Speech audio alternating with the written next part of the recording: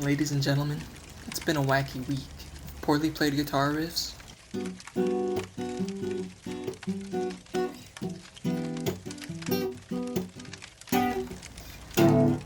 frustrating shader code, and God forbid, grass shader implementation and modeling.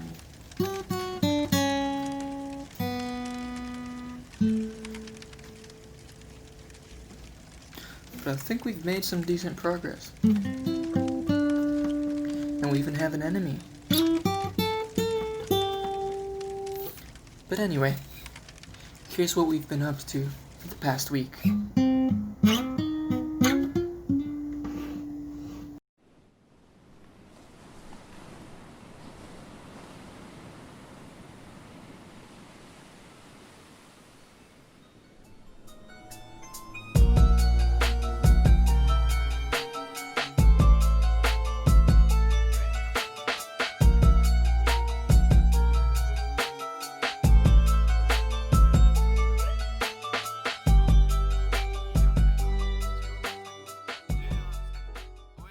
We had the idea of making an anthropomorphic fly farmer as one of our basic enemies.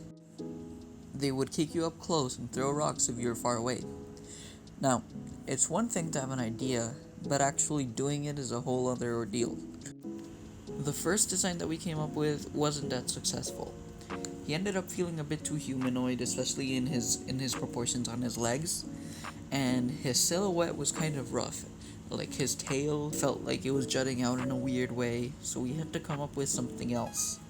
I feel like for the next design, we wanted something a bit more monstrous. And here's the other one. This one ended up feeling much better.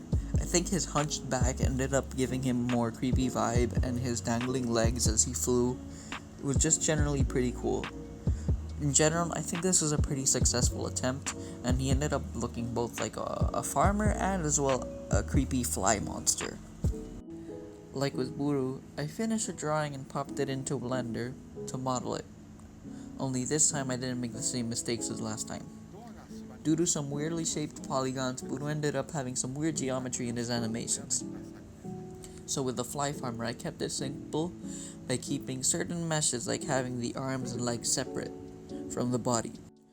Alright, so when I got to texturing, I ended up having a few issues.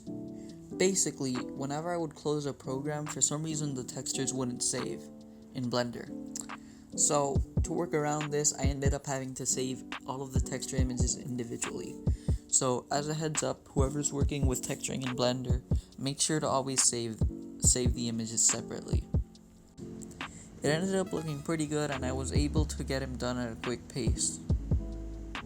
After I finished texturing, I started working on the animations. Okay, so let's look at these one by one. This first one is him taking damage. It's a pretty simple animation, but I think it conveys it pretty successfully. And also we had to do it in a pretty short amount of frames just so that he had some time to respond. This next one is him moving forward. It's basically like an idle, only with him leaning forward a bit because he doesn't have a regular walk cycle since he's flying around. This one is his idle. It's pretty simple. He's just flying around. He's got a very slight bob. Here is his kick animation, which is his basic melee attack. It's pretty simple. I end up breaking the model a bit, but I think it's pretty successful because it's barely noticeable in the actual version, and we wanted a really exaggerated look for it. And here is him throwing rocks. We don't actually have a projectile yet, so this is just a motion of the armature itself. We will figure out how to add a projectile soon once we actually implement his animations into the game, however.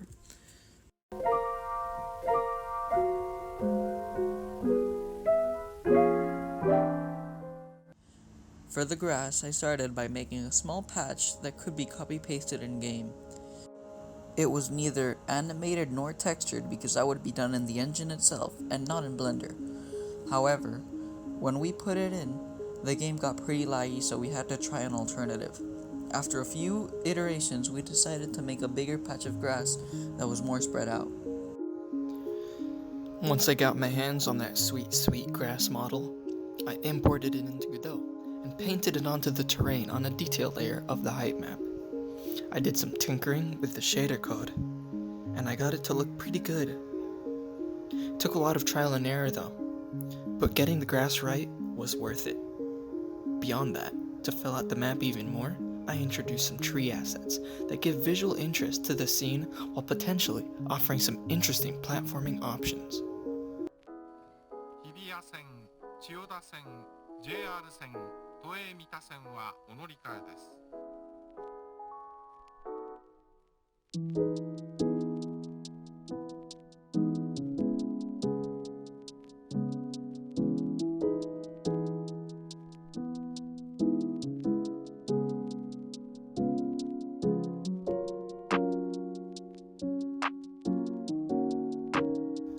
After that came the water rework.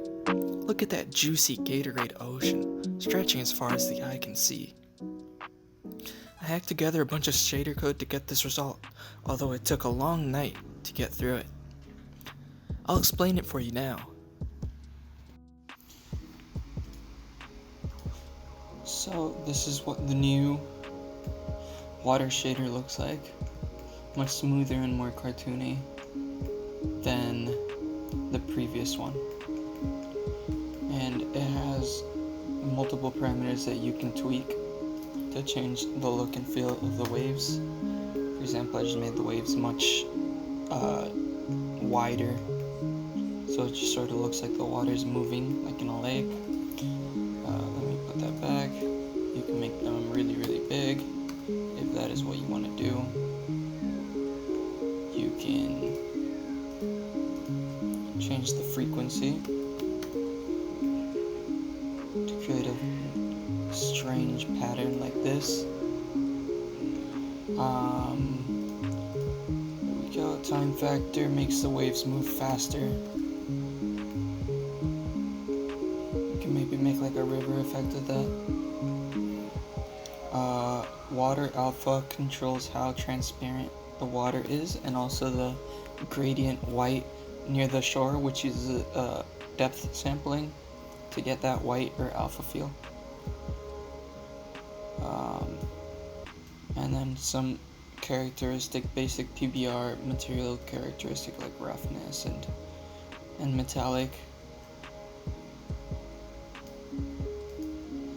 And rim lighting is an interesting effect which controls light reflected at glancing angles. As you can see.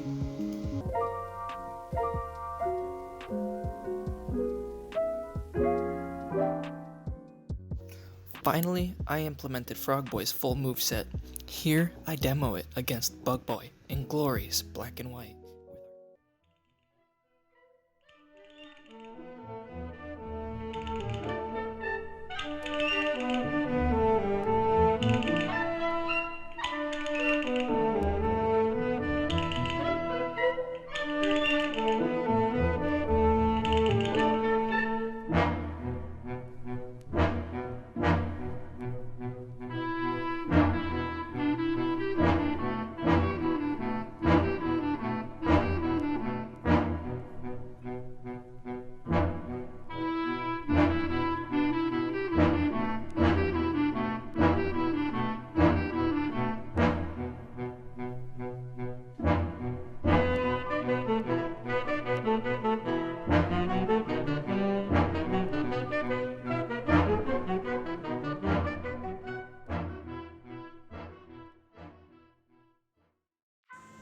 So it was a fairly productive week, and we managed to get all of our goals done. Thank you for supporting us in the last video. It actually did pretty well considering we're just starting out. Be sure to keep an eye out for another one of these devlogs next week, and we'll catch you later.